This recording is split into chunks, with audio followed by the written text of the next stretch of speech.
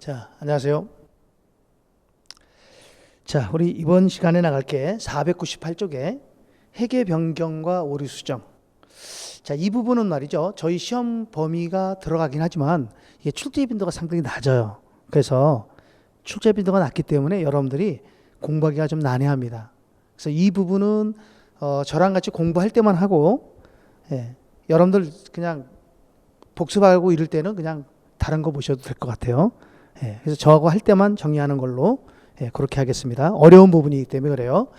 자, 우리 회계 변경, 오류 수정. 자, 우리 여러분들 회계 변경도 뭐 회계상이 뭐가 바뀌는 거잖아요. 그죠?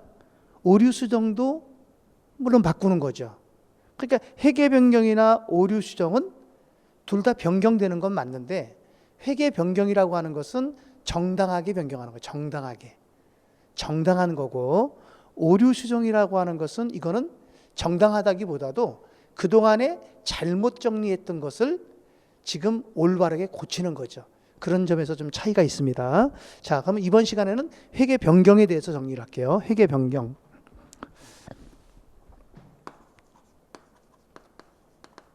자, 우리 회계 변경 그러면 회계 변경은 우리 기업에게 기준상 회계 원칙, 구체적인 회계 처리 방법이 바뀌는 거죠. 그러니까 회계 원칙이나 또는 추정치, 추정. 뭔가 이렇게 추정하는 것들이 있어요. 추정치의 변경이다. 이렇게 보시면 되겠습니다. 그런데 문제는 뭐가 문제냐면 이 회계 원칙과 그 추정치를 자꾸만 이렇게 변경을 하게 되면 이게 신뢰성도 낮아질 수밖에 없고요. 또 기간별 비교 가능성이 떨어져요. 그러니까 신뢰성과 비교 가능성이 떨어지기 때문에 우리 기업의 기준에서는 다음의 경우를 제외하고 회계 변경하지 마라. 이게 변경하는 경우가 있는 거죠. 왜냐하면 자꾸만 변경하는 거를 기업들이 그냥 매일같이 변경해버리게 되면 신뢰성이 떨어진다는 거예요. 그리고 비교 가능성이 낮아지고 떨어지고 그렇기 때문에 변경하는 데는 정당한 사유가 있는 경우에만 변경을 허용합니다. 그래서 변경하는 경우 변경 사례는 어떤 경우냐 그러면 두 가지 사례가 있어요. 하나는 우리 기업의 기준이 새롭게 정책이 개발됐거나 또는 개정이 됐거나 그래서 우리 기준에서 변경을 요구할 때 그때는 무조건 변경을 해야 되겠죠. 그래서 어떨 때 기준에서 변경을 뭐 할 때? 요구할 때. 자, 이때는 변경해야 되겠죠. 이때는 뭐 무조건 변경을 해야 됩니다. 새로운 회계 정책 또는 기존에 사용하던 회계 정책이 개정이 됐거나 그러면 변경해야 되겠죠. 두 번째는요. 두 번째는 종전에 사용하던 방법보다 새롭게 사용하는 방법이 보다 더 정보 이용자에게 목적 적합하고 신뢰성이 있다. 이런 경우에는 변경할 수 있다는 거죠. 그러니까 종전에 사용하는 방법보다 새롭게 적용하는 방법이 더 목적 적합한 경우가 있다. 신뢰성이 있다. 이런 경우는 변경할 수가 있다는 거예요. 다만 이 두 번째의 경우에는 어떤 점에서 목적에 적합하고 신뢰성이 높은가에 대한 입증을 해줘야 돼요. 이 1번은 입증할 필요 없이 변경해야 되지만 2번의 변경의 경우에는 기업이 정당성을 입증해야 돼요. 아셨죠? 그래서 두 번째의 경우에는 종전보다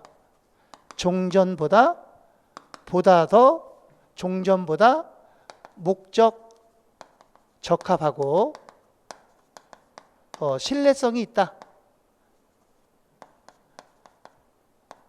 있는 경우 이 경우에는 바꿀 수 있다 이거죠. 아셨죠? 자꾸만 이렇게 변경을 하다 보면 이게 신뢰성과 비교 가능성을 떨어뜨리기 때문에 그래서 이렇게 두 가지의 경우에만 변경하도록 규정하고 있다. 이렇게 보시면 되겠습니다. 자, 그러면 이제 첫 번째 우리가 배울 게 회계 원칙의 변경과 추정치의 변경. 그럼 제일 먼저 정책 변경이라는 게 있어요. 회계 정책 변경. 자, 회계 정책 변경은 뭐냐 이거죠. 회계 정책 변경이란 우리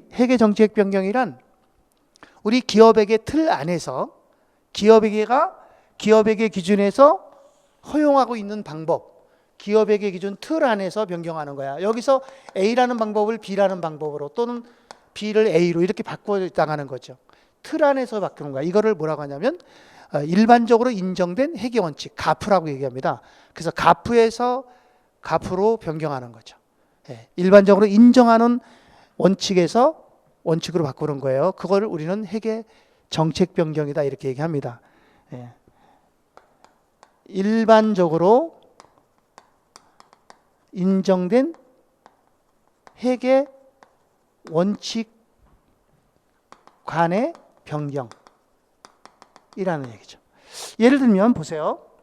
시라는 방법은 우리 기업회계 기준에서 인정하고 있지 않는 방법이에요. 그러니까 틀 안에 있는 게 아니라 틀 밖에 있는 거죠. 근데 그동안 시라는 방법을 사용하다가 이거 보니까 이거 잘못됐다. 그래서 이거를 어떻게 올바른 방법으로 A로 고쳤다는 거예요. 바꿨다는 거예요. 이건 정책 변경이 아니에요. 이거는 그동안의 오류를 뭐 한 거예요? 수정한 거지. 오류 수정입니다. 그래서 정책 변경하고 오류 수정은 구분이 돼야 되겠죠. 그래서 이 틀 안에서의 변경이야. 기업의 틀 안에서 일반적으로 인정하고 있는 회계 원칙과 일반적으로 인정하는 회계 원칙의 변경을 정책 변경이다 이렇게 얘기한다는 거예요. 자, 두 번째. 그러면 이런 정책 변경에 대한 사례. 정책 변경은 어떤 것들이 있느냐라고 하는 건데요. 정책 변경으로 보는 사례는 여러 가지 사례가 있죠. 정책 변경에 해당하는 사례. 예, 뭐 첫째는 몇 가지만 적겠습니다. 첫째, 우리 기업회계 기준에서 재고 자산을 평가하는 방법으로 다양한 방법을 인정하고 있어요. 재고 자산 평가. 자, 재고 자산의 금액을 평가하는 방법. 재고 자산 평가 방법에서 뭐로 그동안에 우리가 개별법을 쓰다가 이것을 선입선출법으로 변경했다. 이게 변경이에요. 또는 선입선출법에서 개별법으로 또는 가중평균법에서 선입선출법으로 이게 변경이 되는 거죠. 예, 여기서 조심할 거는 후입선출법은 우리 기업회계 기준에 있는 방법이 아니에요.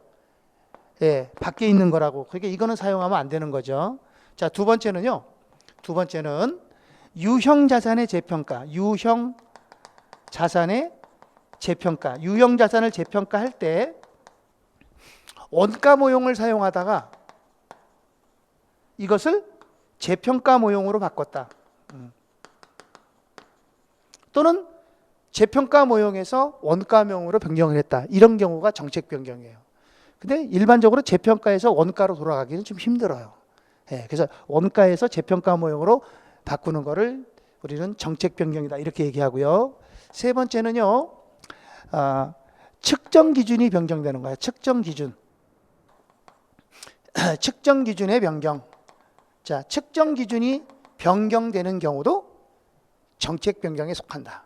이거 말고도 여러 가지가 있어요. 뭐 유형 자산의 단가를 결정할 때 뭐 총평균법을 종목별 기준으로 바꾼다든가 또는 뭐 종목별을 총평균, 총계 기준으로 바꾼다든가 그런 방법을 우리는 정책 변경이다 이렇게 얘기하는 겁니다.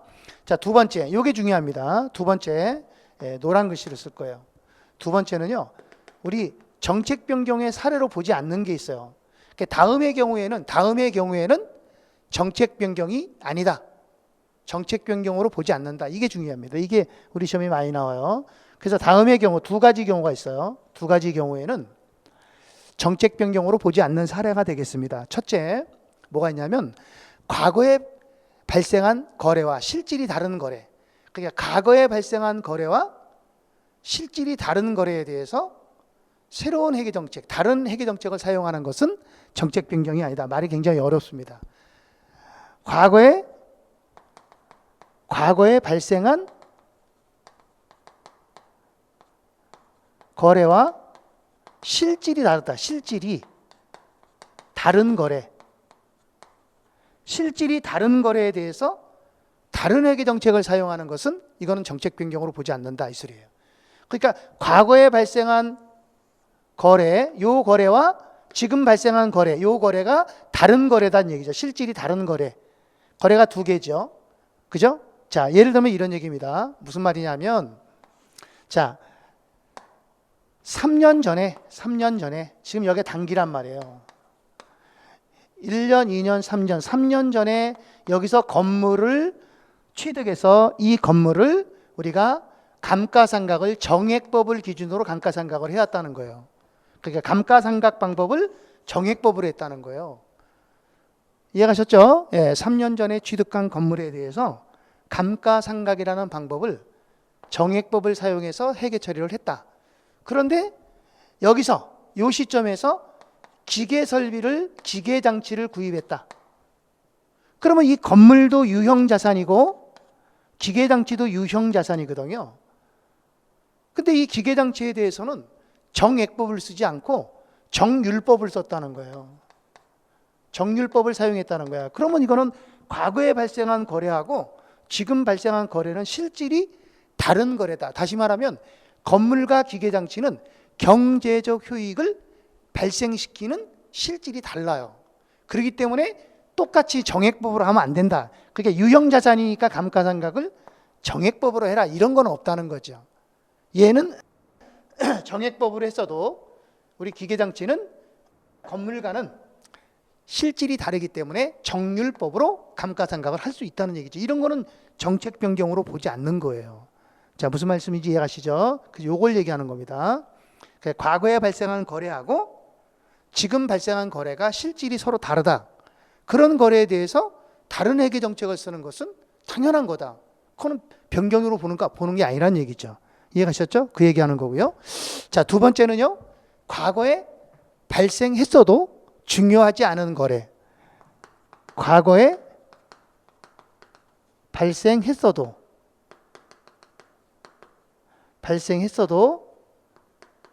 중요하지 않은, 과거에 발생하지 않았거나 발생했어도 요 소리입니다. 과거에 발생하지 않았거나 발생했어도, 요 앞에 지금 고개 빠진 거야. 과거에 발생하지 않았거나 발생했어도 중요하지 않은 거래.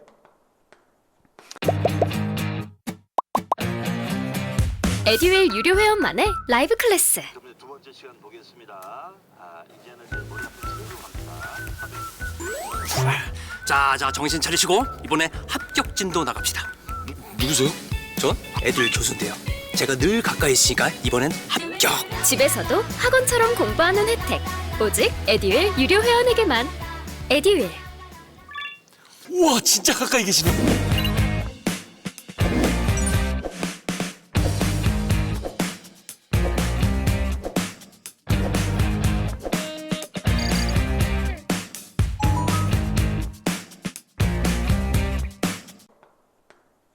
이런 거래에 대해서 새로운 회계 정책을 사용하는 것은 이거는 변경으로 보지 않는다. 이 소리입니다.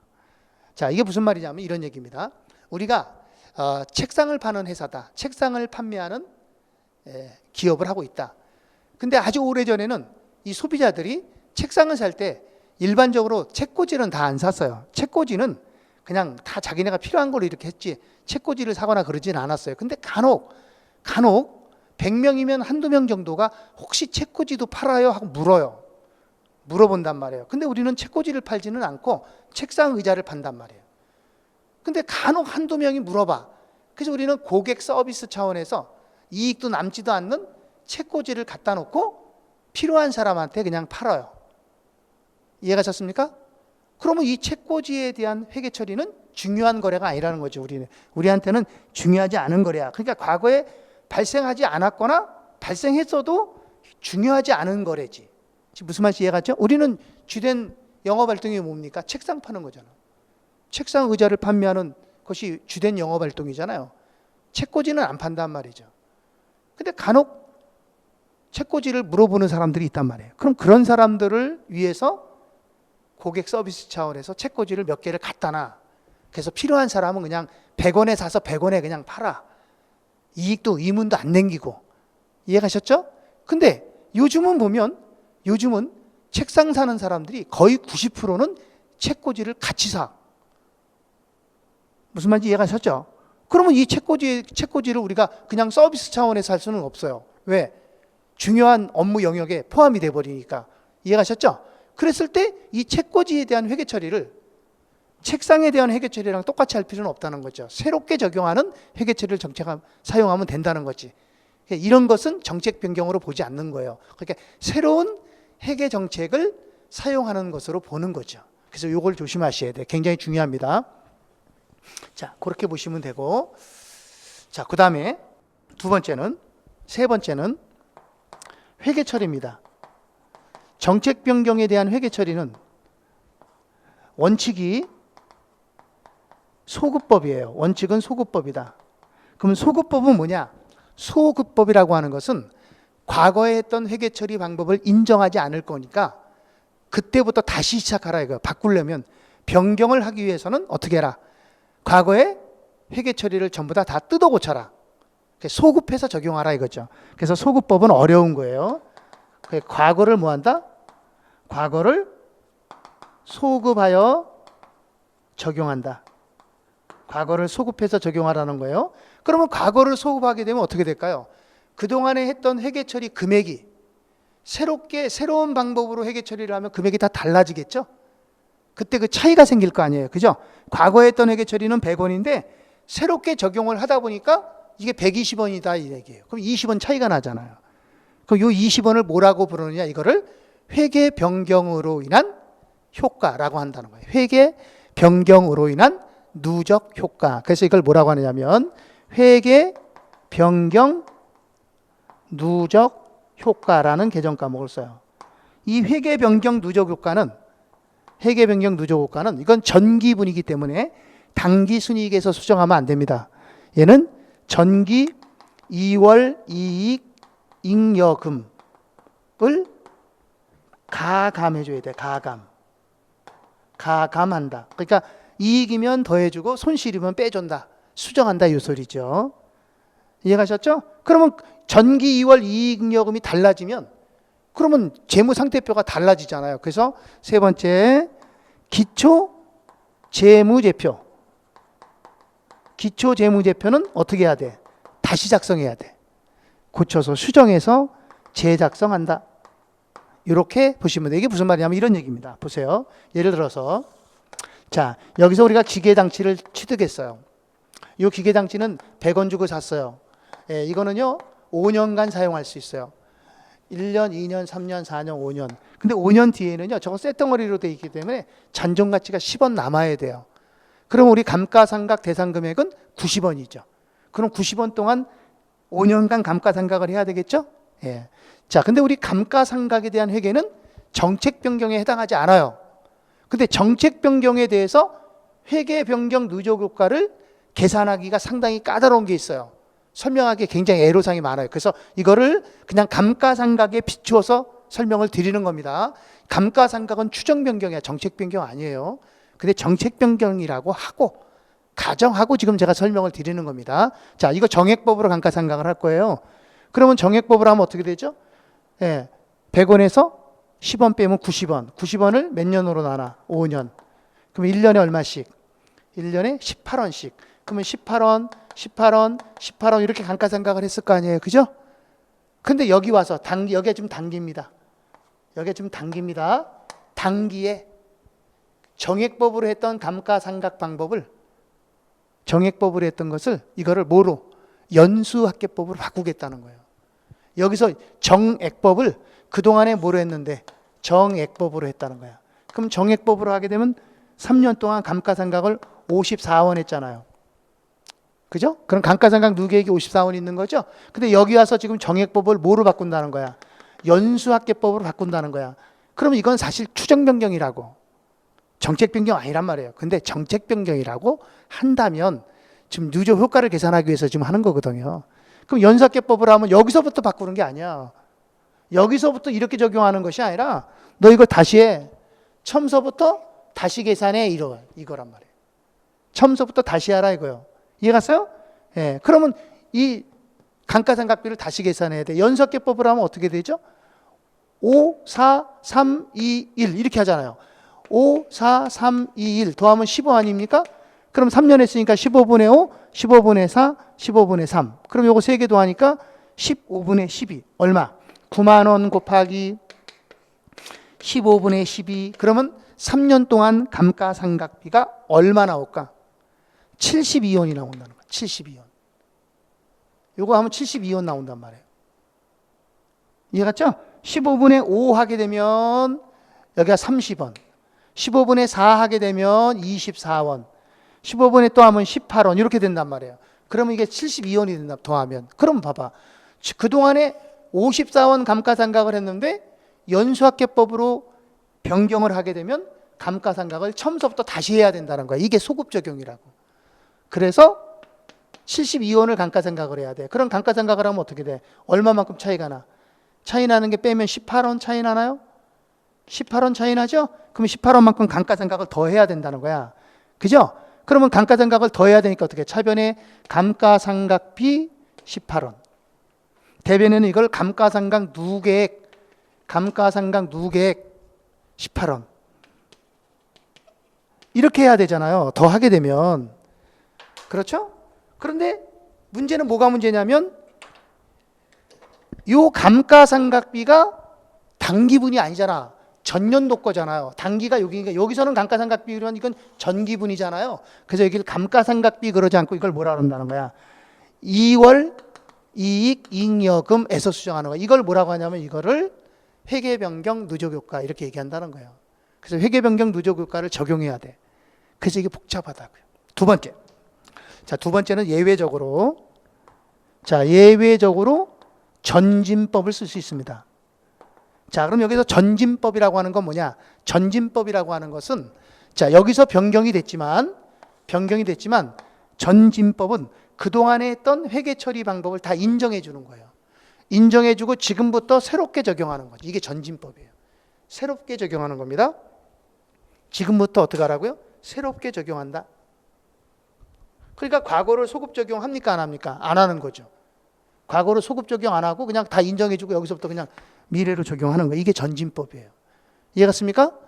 그럼 무조건 전진법으로 하느냐? 그건 아니에요. 정책 변경은 원칙이 소급 적용을 해야 되는데 소급 적용은 어떻게 소급 적용하냐면 지금부터 과거를 되돌아가는 거지. 자, 1년 뒤 요 18원 소급 적용할 수 있냐 없냐? 있다. 그럼 소급 적용하는 거고. 또 그 다음 거 있다 하면 되고. 있다 그럼 하면 되는 거야. 소급 적용이 가능한 회계 기간까지만 소급 적용하라는 거야. 이해갔습니까? 근데 여기서 소급 적용하는데 바로 전기도 소급 적용이 불가능하다. 그럴 수 있잖아요. 그죠? 소급 적용이라고 하는 것은 무조건 생각해봐요. 지금 20년 됐는데 20년 전 것까지 어떻게 소급 적용을 합니까? 소급 적용할 수가 없지. 그러면 어떻게 적용하라는 거야? 소급 적용하라는 뜻은 무조건 처음서부터 소급 적용하라는 뜻이 아니라 소급 적용이 가능한 회계 기간까지만 소급 적용하라는 거야. 무슨 말인지 알겠습니까? 각오로 가는 거죠. 그런데 가능한 회계 기간이 단기다. 그럴 수 있잖아요. 전기도 소급 적용이 불가능하다. 그러면 어쩔 수 없으면 단기부터 미래로 적용하는 거지. 그게 전진법이라는 거예요. 그걸 전진법 그럽니다. 그래서 전진법은 과거를 소급 적용하지 않는다. 그러니까 회계 변경 누적 효과를 계산할 필요도 없고 또 재무제표를 재작성할 필요도 없는 거죠. 네, 두 번째. 자, 두 번째는 추정 변경입니다. 추정 변경. 자, 추정 변경은 뭐냐라고 하는 거예요. 추정 변경이란 이거는 추정치가 바뀌는 거예요. 그러니까 예를 들어서 뭐 지금까지는 2%를 사용했는데 이거를 3%로 고친다. 뭐 이런 얘기죠. 그죠? 이런 것들을 우리는 변경이라 추정 변경 그래. 그런데 이 추정 변경도 오류 수정과는 구분이 돼야 됩니다. 오류 수정은 잘못했기 때문에 변경을 한 게 오류 수정이고 추정 변경은 잘못이 없는데 정당하게 변경하는 거예요. 정당성을 가지고 변경하는 거예요. 예를 들면 추정 당시, 예를 들어서 무슨 말이냐면 추정 당시, 지금 여기 당기란 말이에요. 이때 당시 추정할 때는 3%라고 추정을 했어. 그런데 여기 와서 보니까 저 3%가 잘못됐다는 거예요. 그래서 이걸 몇 퍼센트로? 2%로 변경하겠다는 거지. 근데 이게 정당하냐 이거지. 정당하면 추정 변경이 돼. 근데 정당하지 않으면 이건 추정 변경이 아니라 이걸 오류 수정이라고 한다는 거죠. 그럼 어떻게 따지느냐 보세요.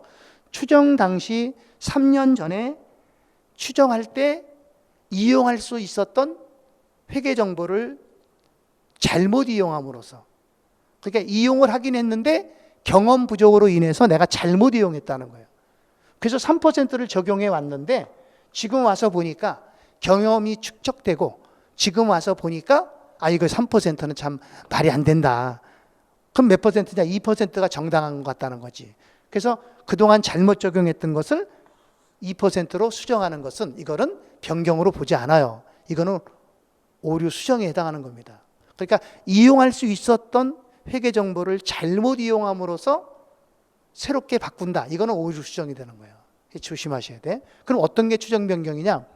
3년 전에 이용할 수 없었던 회계 정보가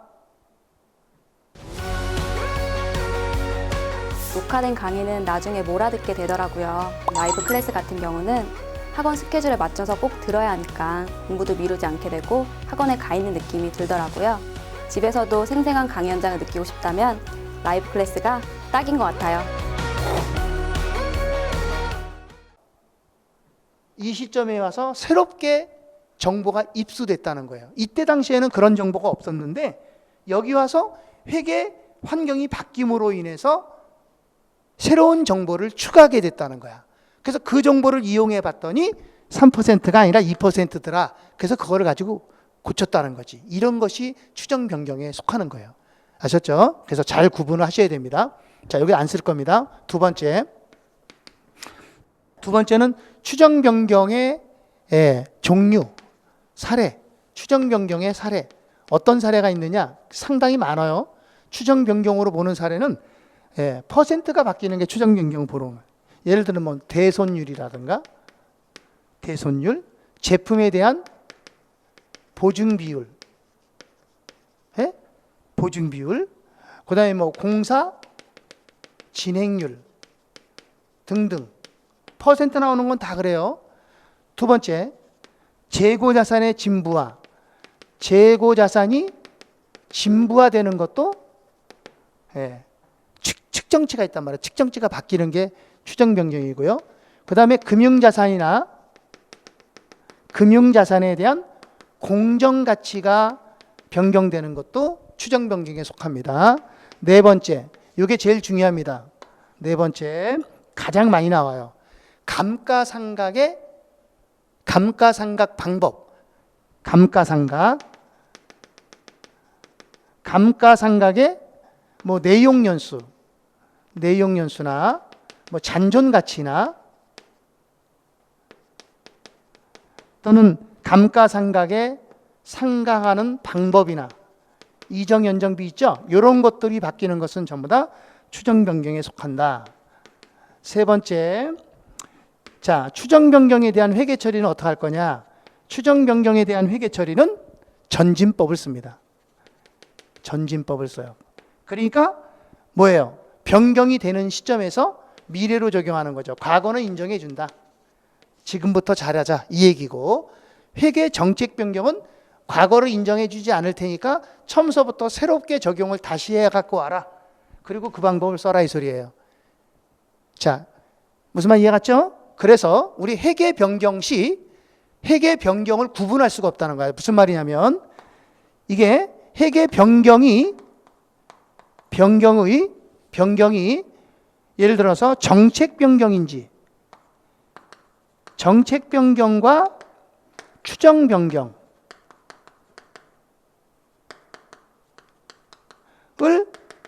구분하기가 곤란하다. 그럼 이건 어떻게 할 거냐 이거죠. 구분할 수가 없다. 자, 지금 이 변경이 정책 변경으로 봐야 될 것인지 추정 변경으로 봐야 될 것인지에 대한 내용을 알 수가 없다. 그런 경우에는 그냥 쉽게 갑니다. 이런 경우에는 쉬운 방법을 쓰는 거예요. 뭐로 가야 돼요? 전진법이 쉬워요? 소급법이 쉬워요? 전진법이 쉽죠? 이때는 그래서 추정 변경이에요. 정책 변경과 추정 변경을 구분하기가 어렵다. 그러면 그냥 무조건 다 추정 변경으로 본다. 알았죠? 우리 지난번에 이런 얘기 한번 한 적이 있어요. 내부 창출 단계에서 연구 단계에서 지출된 것인지 또는 개발 단계에서 지출된 것인지를 알 수가 없을 때는 어떻게 할 거냐? 그러면 쉬운 방법으로 가자. 연구 단계로 가자. 이랬듯이 그런 방법이 하나 있었죠? 그거랑 똑같습니다. 정책 변경과 추정 변경을 구분할 수 없을 때에는 추정 변경으로 회계 처리한다. 자, 그럼 우리 교재를 잠깐 제가 봐드리겠습니다. 교재 잠깐 봅니다. 이 교재는 한번 그냥 읽어보시면 돼요. 한번 쭉 읽어보시면 되고 499쪽에 보면 499쪽에 자, 거기 보면 중간에 회계 정책 변경의 해당하는 사례. 기역, 니은, 디귿, 리을. 그죠?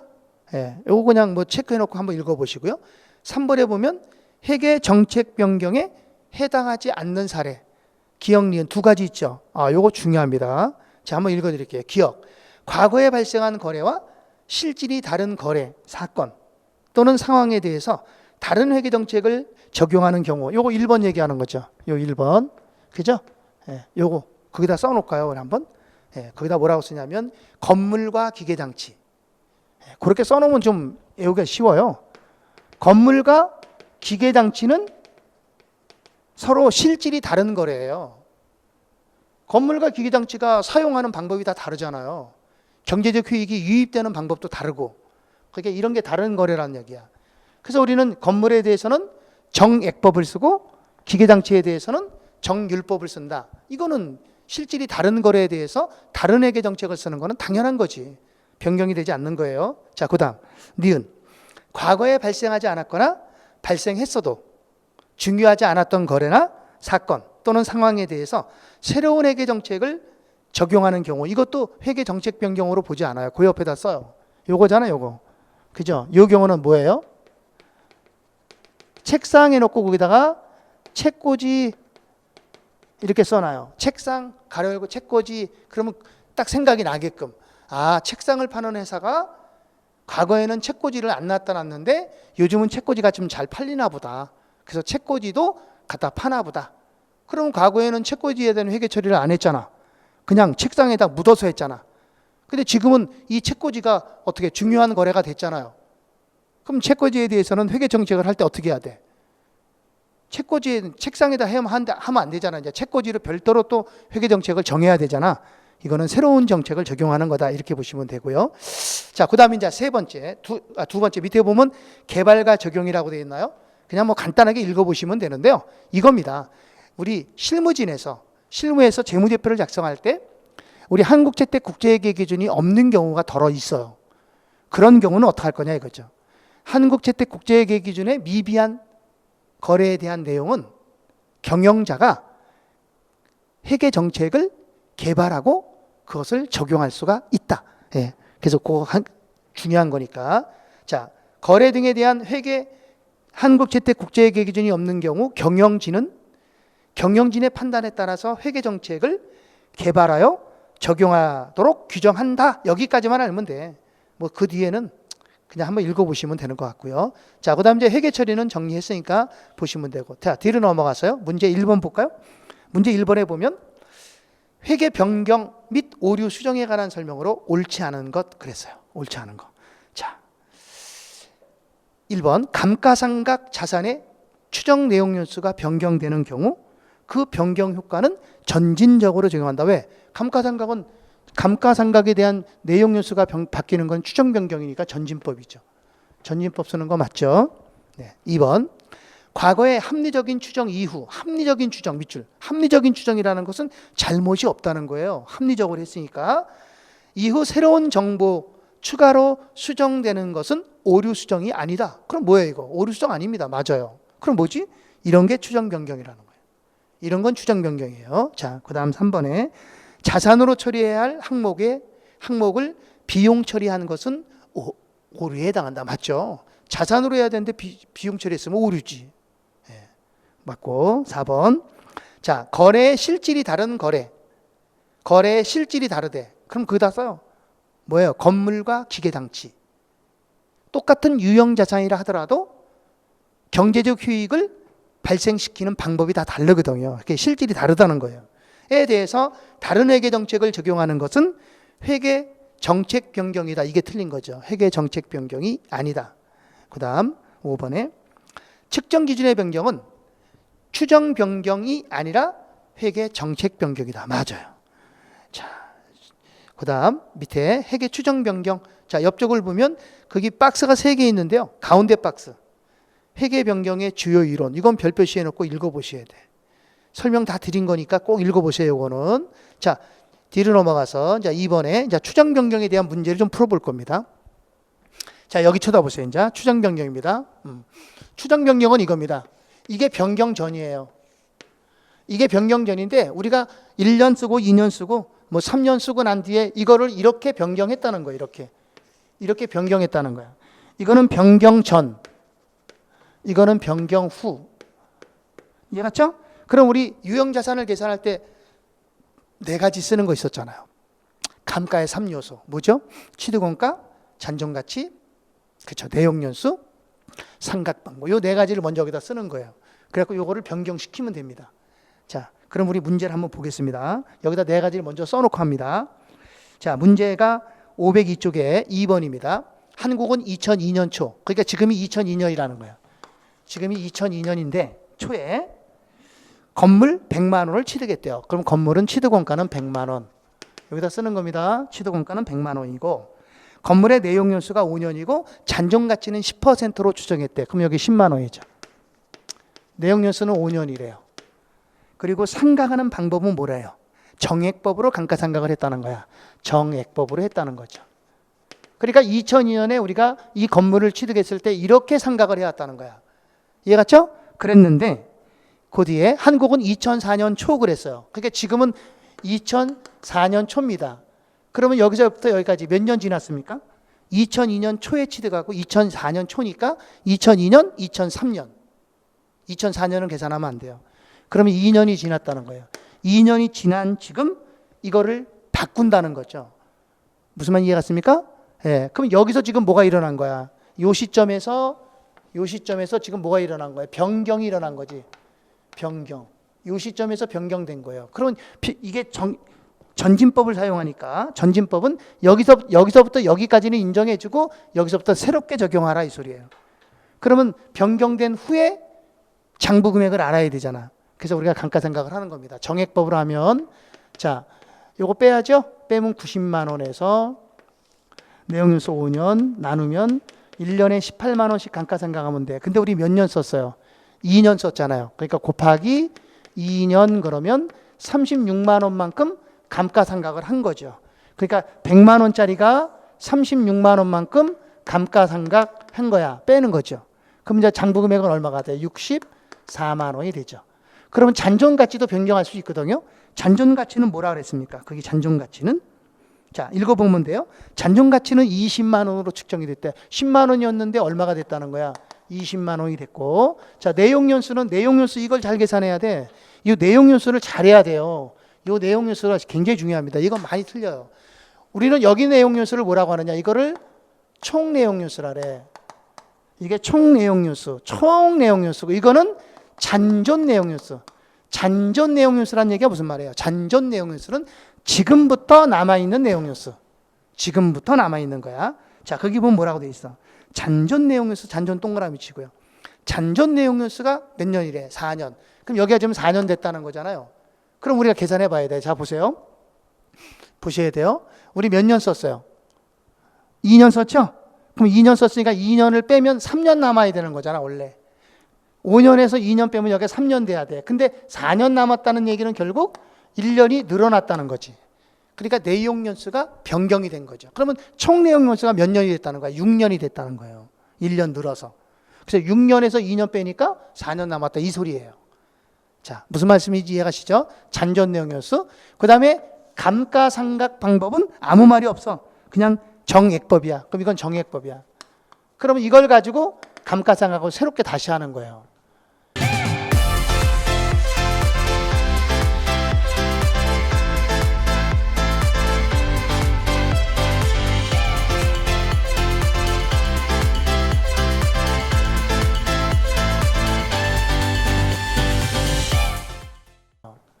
자, 여기까지는 다 인정해주고 새롭게 요거 빼면 44만 원에서 내용연수 4년으로 나누면 11만 원. 요게 감가상각비. 단기 감가상각비는 11만 원. 됐죠? 그럼 장부 금액은 얼마냐 그러면 요 64만 원에서 11만 원 빼는 거죠. 11만 원을 빼면 얼마? 53만 원. 요게 지금 현재 2004년 말 장부 금액이 되는 거예요.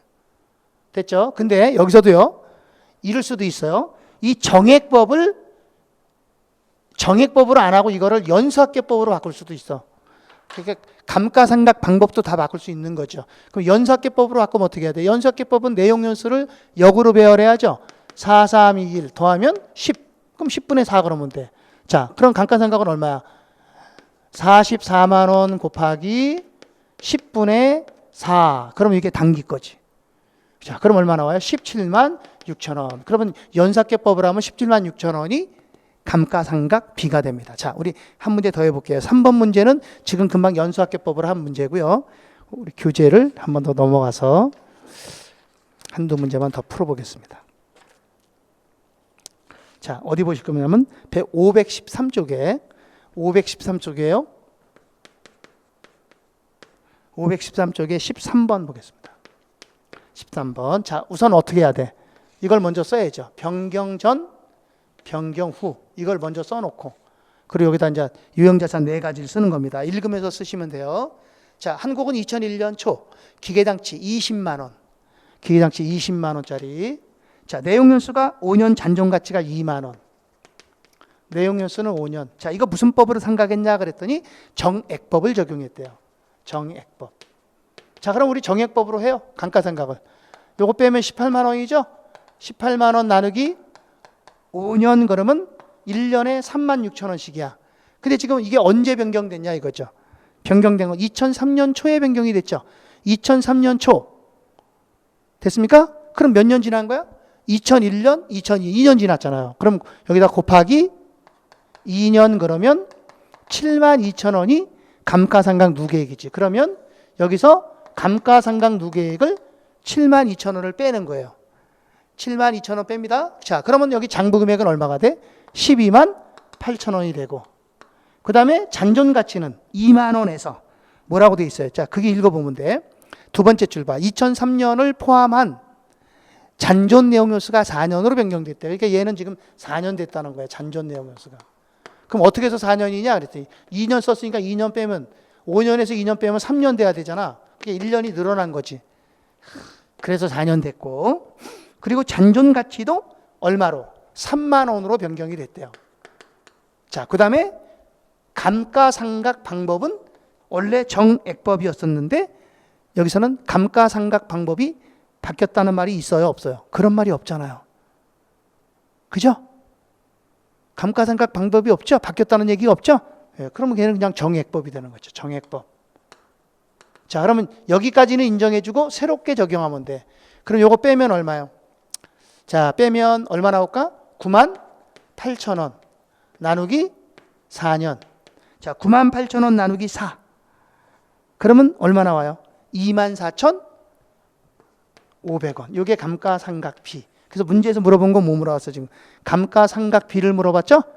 예, 그래서 24,500원이 감가상각비. 만약에 장부금액을 물어보면 어떻게 해야 돼? 그러면 12만 8천 원에서 24,500원을 빼는 거죠. 감가상각비를 빼면 돼. 그럼 12만 8천 원, 24,500원, 10만 3,500원. 요게 장부금액이 되는 거예요. 자, 여기까지 됐죠? 예, 그 다음 14번을 하겠습니다. 14번. 자, 14번도 일단 먼저 변경 전, 변경 후 이걸 먼저 그려놓고 그리고 난 다음에 합니다. 추정 변경이 된 거야. 우리 시험에 잘 나와요, 이거. 자, 한국은 2002년 초에 기계 한 대를 100만 원에 취득했다. 그러면 기계 취득 원가는 100만 원.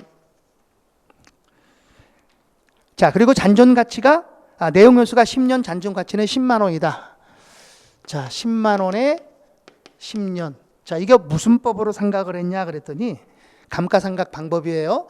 감가상각 방법은 뭐라 그랬어요? 정액법이라고 나왔죠. 네 번째 줄에 보면.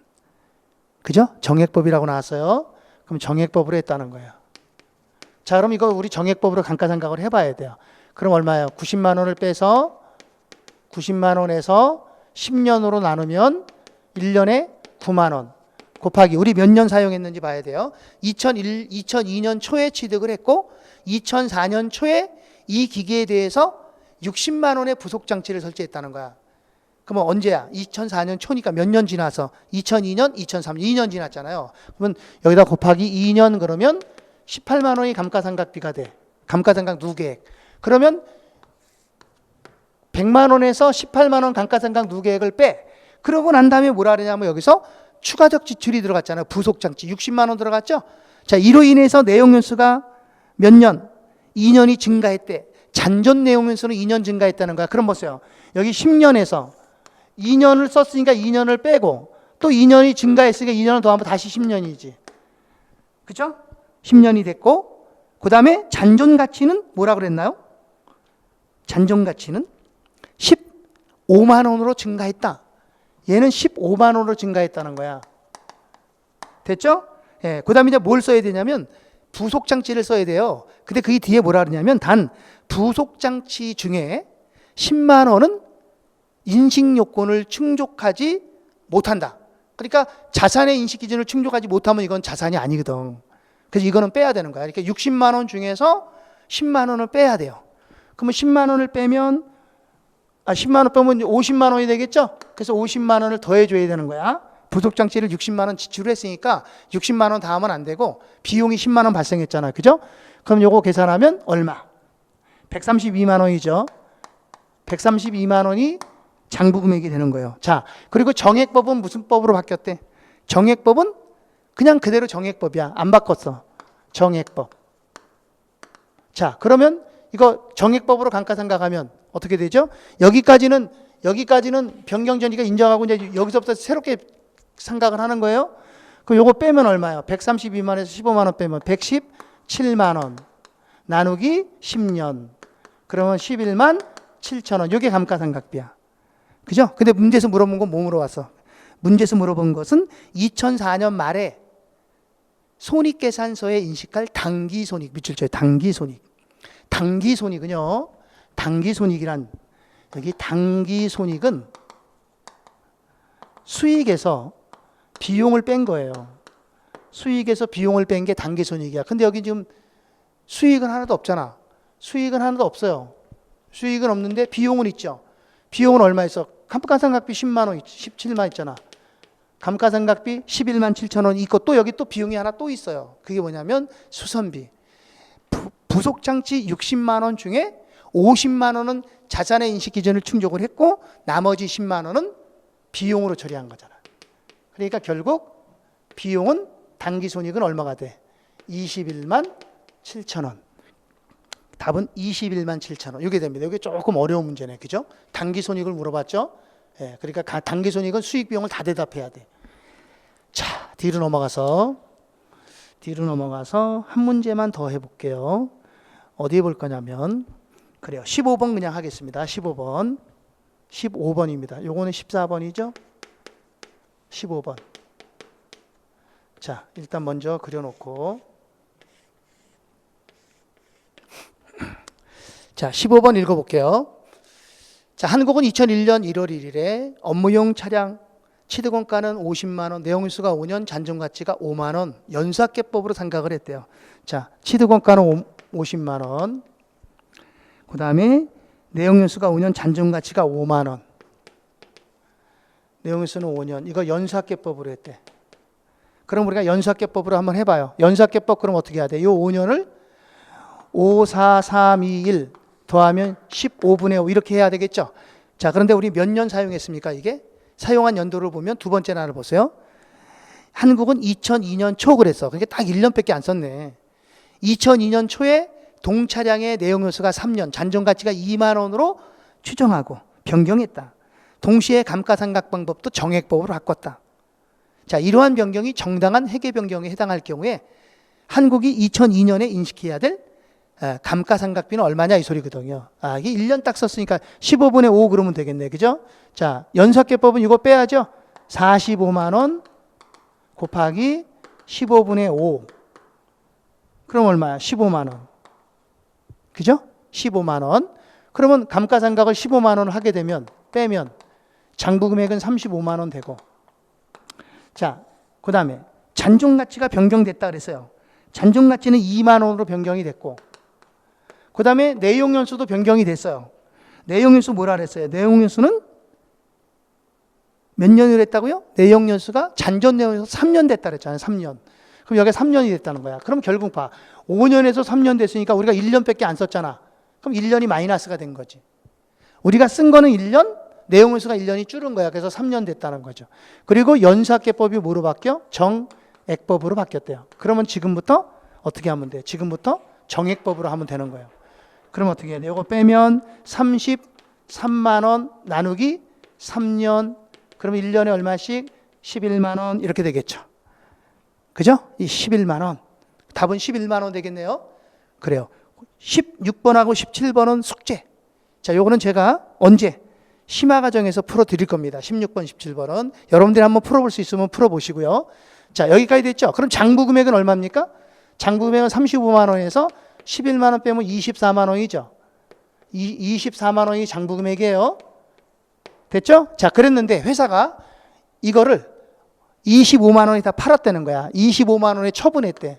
그럼 25만 원에 팔았으면 이익이 10,000원 생겼잖아요. 그럼 처분 손익은 얼마냐? 그러면 10,000원. 그죠? 처분 손익은 10,000원이 되는 거야. 예. 당기 손익은 얼마냐? 그럼 어떻게 돼? 당기 손익은. 여기서도 당기 손익을 물어볼 수 있죠? 당기 손익은 수익에서 비용을 빼는 거라 그랬어요. 수익은 얼마입니까? 수익은 처분 이익 10,000원. 마이너스 비용은 얼마입니까? 감가상각비 11만 원. 그럼 얼마? 마이너스 10만 원. 이게 되는 거죠. 마이너스 10만 원. 10,000원에서 11만 원 빼면 마이너스 10만 원. 그 당기손익은 마이너스 10만 원. 이렇게 분계가 되겠습니다.